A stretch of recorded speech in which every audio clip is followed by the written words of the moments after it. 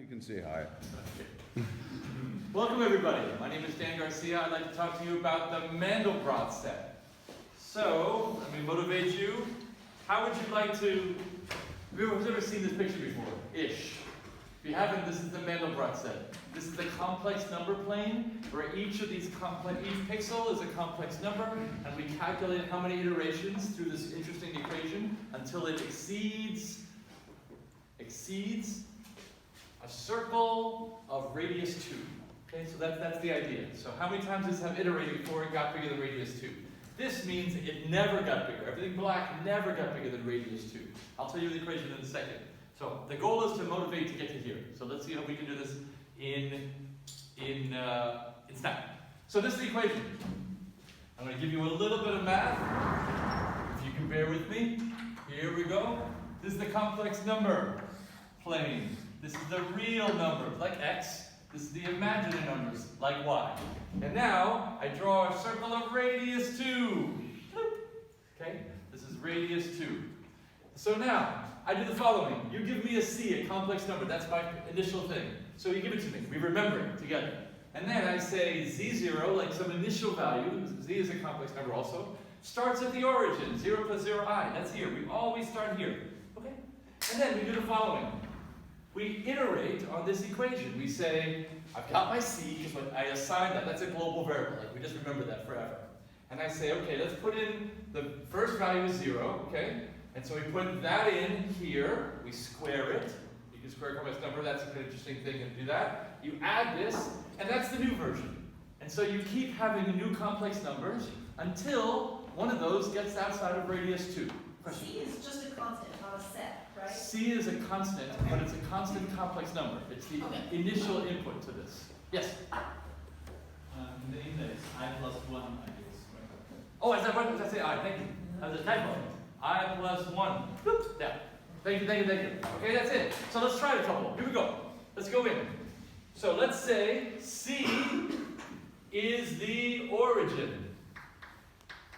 So we're going to add 0 every time. We're going to be adding nothing every time. The C is going to be 0. 0 plus 0 means add nothing, okay? Let's try this. Let's see how many times we iterate if we always start at the origin and then we apply this equation. Okay, so this is 0 and this is 0. Now let's see how many times we iterate until we get outside of 2.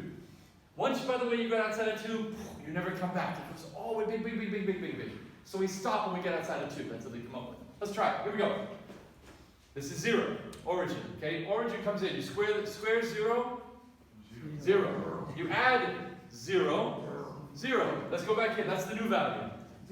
0. Now let's go in, that's the new one. So you put it in here, 0. It never leaves, right? 0 becomes 0, never leaves. So this one never escapes. We'll make that black, because black means never escapes. Let's try 1, just a simple number 1, not a complex, not even, I taught my 4th grader this on just without complex. We just did it on this. Forget these. If you forget these are complex and just make them normal numbers, you can still do this. It's just an iteration. So let's start. Here we go. So C equals 1. Nothing complex. There's nothing complex in the whole problem. Z is going to be the origin, right? The origin here. So that's squared. There's nothing. You add C, 1, and that's the new value. So it's going to make a list. It was 0. And this is like the value of z's. These are all the z's. Now I have 1. Now we go in back here. Okay. Is that outside of 2? No. We keep going. Square 1. Add 1. I get 2. Is that outside of 2? No. So we keep going. 2. My daughter, she can do this. It's kind of fun. You give her a number, she can just do this. It's kind of fun thing. Okay? You put 2 in here. 2 squared. 4. Plus 1, 5. Is it outside of 2? Yes. You stopped. How many did we do? 3 total before you got outside. So that means, here we go, that means the value, the number of iterations at this point is 3. You see what I'm saying? You're writing down the number of iterations at each of these complex points. What was the number in here? Infinite. Infinite, because you never got outside. You want to try minus 1? Let's try minus 1. Here we go, minus 1. So C is minus 1. Okay, here we go. 0 plus minus 1 is? Minus 1. Okay, so 0, 0, minus 1. Here we go. Minus 1 squared. 1. Minus 1. Plus minus 1, 0. Uh-oh. Can you see a pattern? Yes. What's going to happen? It never goes out. Oh, but I forgot to ask you, is that outside of 2? But the point is, you keep asking, is that outside of 2? It never is. So that, what do you think? What should that color be? Also, infinite. Right? Yes. Okay. So, you kind of get the idea. Now, I haven't told you about what happens if it's around here, because I didn't really explain how to square a complex number. You know, it's the FOIL method. You know, remember the FOIL method? So you have x plus yi times z plus wi, and you do the FOIL method, and they all this. It's kind of a fun little thing. So you do this, and you write a little block for that. That's it. The same idea. So the same idea. So that's step 1. That's the mapping idea. Step 2. I need a library that lets me explore big pixels. One of the challenges I have is when I draw little things, I want to zoom in. I would love to zoom in to Snap. So I made a library to zoom in to Snap. Let's see what it is. Here we go. I call it the Big Pixel Library.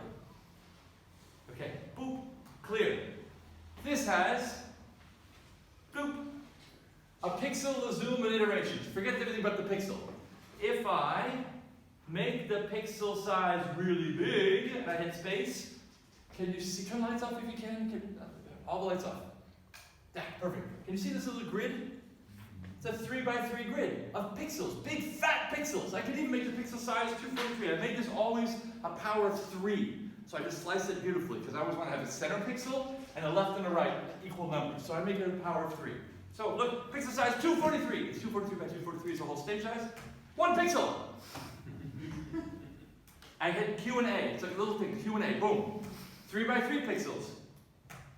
9 by 9 pixels. And here's what's cool. You can actually move, as I change the pixel size, I can move my guy around. And if I, this is just left, right, and up, up. But if I go back down, it fills the pixel in. So I'm just showing you how I can use this library to fill pixels in. And I happen to be white here, but I can make this any color. Now you ask, how do I take this and map it to a color? Each of these iterations is either infinite. By the way, here's an interesting question. I'm going to be iterating this thing, right? So, how long do I have to iterate before this guy's going to exceed 2? It's like the halting problem. How long do I go? 0, 0, 0, 0. How long do I wait? Because maybe it's moving around. Maybe my point, my new z, is moving around, like kind of eluding me, never actually getting outside of 2, but just kind of jumping around in here. How long do I have to wait till it gets outside? You don't know. It might be, let's say I went 100 times and it went out. Well, I say I'll never go out. But what if actually it would have gotten at 101? But I didn't get there yet because I had to stop at some point. So if I have to almost have a maximum number of iterations before I say, you know what, I think I'm never going to go outside. But it may not. It may be wrong. So that's kind of where you lose some resolution when you set this maximum number of iterations. Okay? All right. So I basically take each of the iterations for each of the pixels. Each pixel gets mapped to a complex number. How many times does that iterate before it exceeds, you ask? And now you map that to some color. Boy, I wish there were a way to map a number from 0 to some big max iterations to a color, but have it wrap in a beautiful, clean way, while Snap and Scratch have the hue. So if you just modulo by the hue, divide by max iterations, you know, mod hue, as it goes up, it'll be a continual loop of red, yellow, Roy G. Biv, back to red. So, that's it. That's the idea. Let's try it. Here we go. Big fat pixels. Big fat pixels. Boom, boom, boom. Big fat pixel 43. Ready? That's it. Because I'm only looking at the center point, 0, and 0 is infinite, and infinite is black. So that's perfect. Mandelbrot Set. Big fat pixel. Here you go. Let's make the pixel size 3 by 3 now. Here we go. And M. That's what that is. That's saying at 0, 0, it's infinite. At 1, 0, infinite also, which we saw. No, 1. Okay. Maybe I zoom. Okay. This is 1 plus I. This is just I, and this is giving colors for each of these guys. Okay.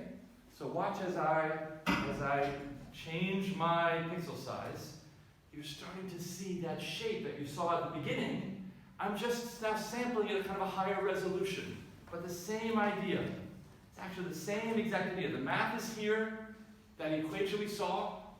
So 3 is really nice. And then you go to A and do this. And you say, well, Dan, this is nice. It's a little slow with the 1 by 1, so pixel size is 1 is a little slow. But this is the Mandelbrot set. Everything is black. As far as this calculation went, never exceeded 2. Everything that's in color is some value between 1 iteration to the max number. Now, I like to do it 3, just because it's a little faster, and zoom, it's really fast, and it's a little bit more blurry, but it's there. But here's the best part. I can click W, and basically, this is the infinite plane, right? This is the infinite, beautiful mathematical plane. Real numbers here, and imaginary numbers there. I can zoom in. I can not just center it here. If I center it here, it just zooms in on black. It's boring. You put it like here, and so it's a little off, and I'm going to zoom in on that. So as I hit the zoom level, this is just level 2, watch what happens when I try it. Here we go. How did you define that you want to zoom in there? Well, I've hard-coded what the center is. Center is like 0.7, blah, blah, blah, 0.8, blah, blah. But it looks like it's about 0, so it's actually off. The center isn't really 0, so it's actually off by a little bit. Just so that when I zoom, I'm always zooming into the center by just zooming in closer and closer and closer. But the same number of pixels, so the resolution of my grid is the same. I'm just kind of moving into the real imaginary space as I do this. And could you use it kind of uncreate mouse pointer also to define where you want? Yes, I haven't added the mouse. I can click on the mouse. There's a lot of JavaScript apps that haven't done it yet. This is just kind of most thing. That's exactly right. You can explore. Like, oh, I wonder what happens if I explore here. That's the next kind of iteration. I love it. But here I can adjust max. Look, I can change max iterations interactively. So I can go over here and let's make it, I don't know, something here. And I do this, and you see it changes a little bit of the color because of the way I did the color map. But it's getting a little bit more resolution. Let's go back to 100, because I think it's actually pretty good. Okay, so I can now do this, and now I can keep zooming. And here's what's amazing. If I keep zooming in, whoop, now I'm zooming level 4. And you're seeing things that you didn't see before. This was all in the noise before. And as I'm zooming in, I get this, and I can go, I can keep doing zoom levels, and I keep, whoa, there's more things happening. And if I did a high resolution, let's go back to pixel size 1. What's actually really there? Watch what's really there. There are some tails here that you didn't see before. Look at this. So it's really nice to be able to have a high res, a low res that you're playing with, and then a high res when you want to make a picture. So I wrote a little script that's able to dump this. You know, you can right click here. You can right click if you get out of this, and you can say pick . Well, I wrote a little 4 or 5 line JavaScript thing that actually dumps that to a file automatically. So it allowed me to go to sleep and then just move my zoom in like this a little bit and save the pictures and make a movie. So do you want to see that movie? No, we're okay. We're good. We're kind of good. You don't need to see it. There's the movie. Now, I'll be honest, this is a 4K image, which would have been really slow. So I rewrote the whole thing in C. So this is not the output of my program, but essentially it was. When I had this square in 243, it was exactly this picture, just smaller. But when I said, well, let me make it 3840 by 2160, I needed speed and parallelism, so I rewrote it in C. Same idea, same algorithm, same color map. So it's exactly the same color map I got from Snap. No different there, I just made it a little faster and wrote it in C. So, here we go. Ladies and gentlemen, this is the Mandelbrot 4K zoom with the algorithm you just saw exactly taken from Snap, moved to C.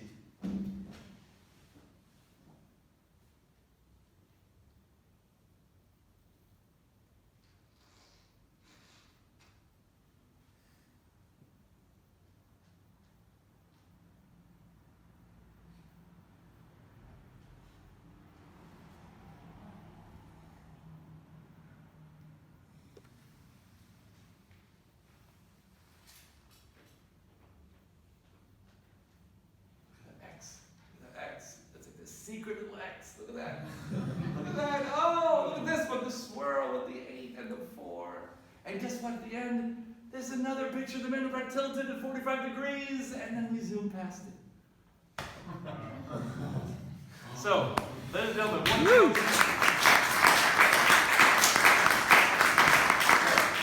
one of the most beautiful parts of mathematics. And by the way, this, for those of you who weren't part of the workshop, this is part of the BJC middle school curriculum.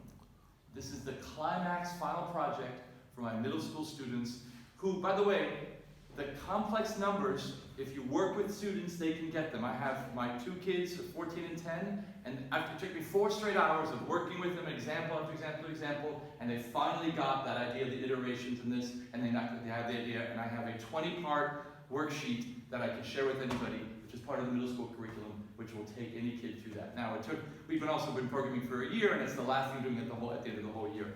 But that's that. And so I'm going to just show you what it looks like. This just is a thing. So here's the assignment. Here's the assignment, Mandelbrot fractal. We assign this. We go through. We explain all the steps. I talk with complex numbers.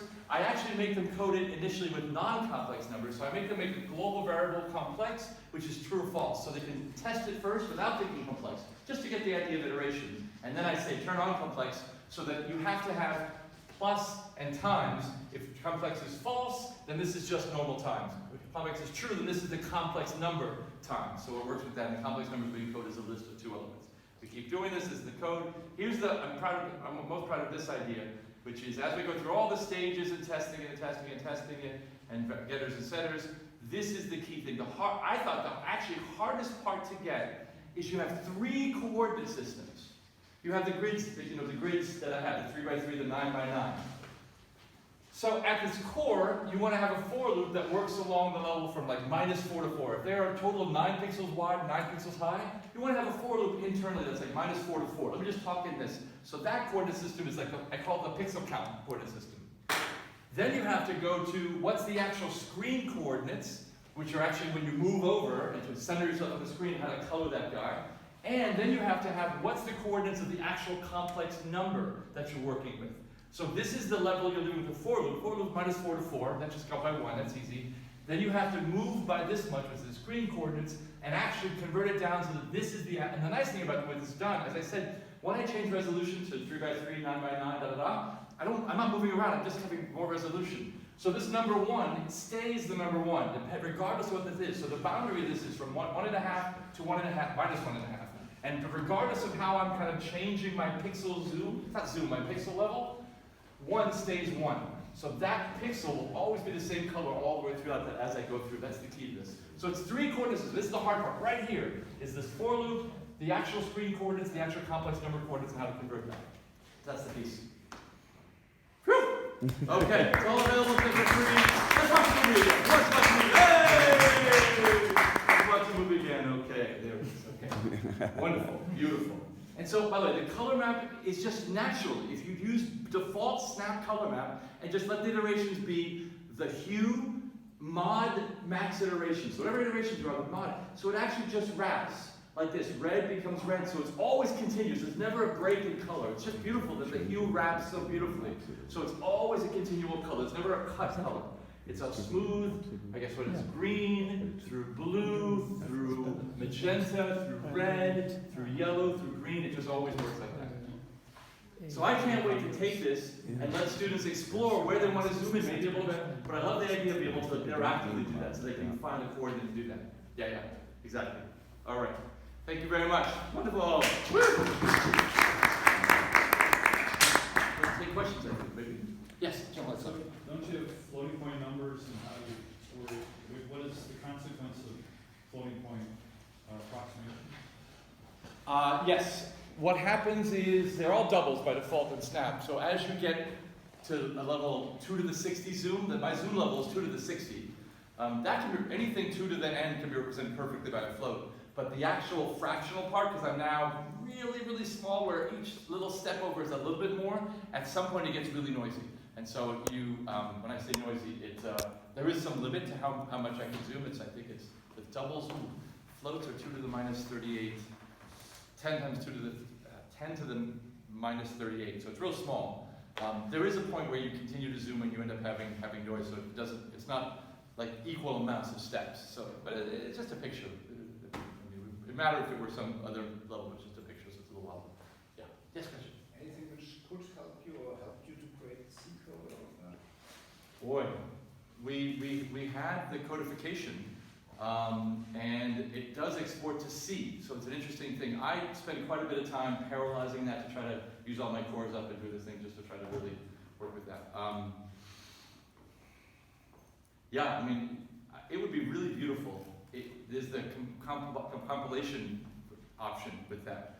But to be able to compile it not to JavaScript but to actual raw SQL codification could be really neat. That I didn't. I rewrote it like that, but that would just work. Just beautiful work. Yeah. It was exactly literally line by line the same algorithm. So I didn't do anything other than just taking the line from the stack and rewriting it. For now. How much did it take for one frame to be rendered in the C version? Yeah, I can run it now. But is it in the order of seconds or? Yeah, it's in the order of seconds. Well, I mean, it all depends on how big it is. For a 4K frame, Yeah.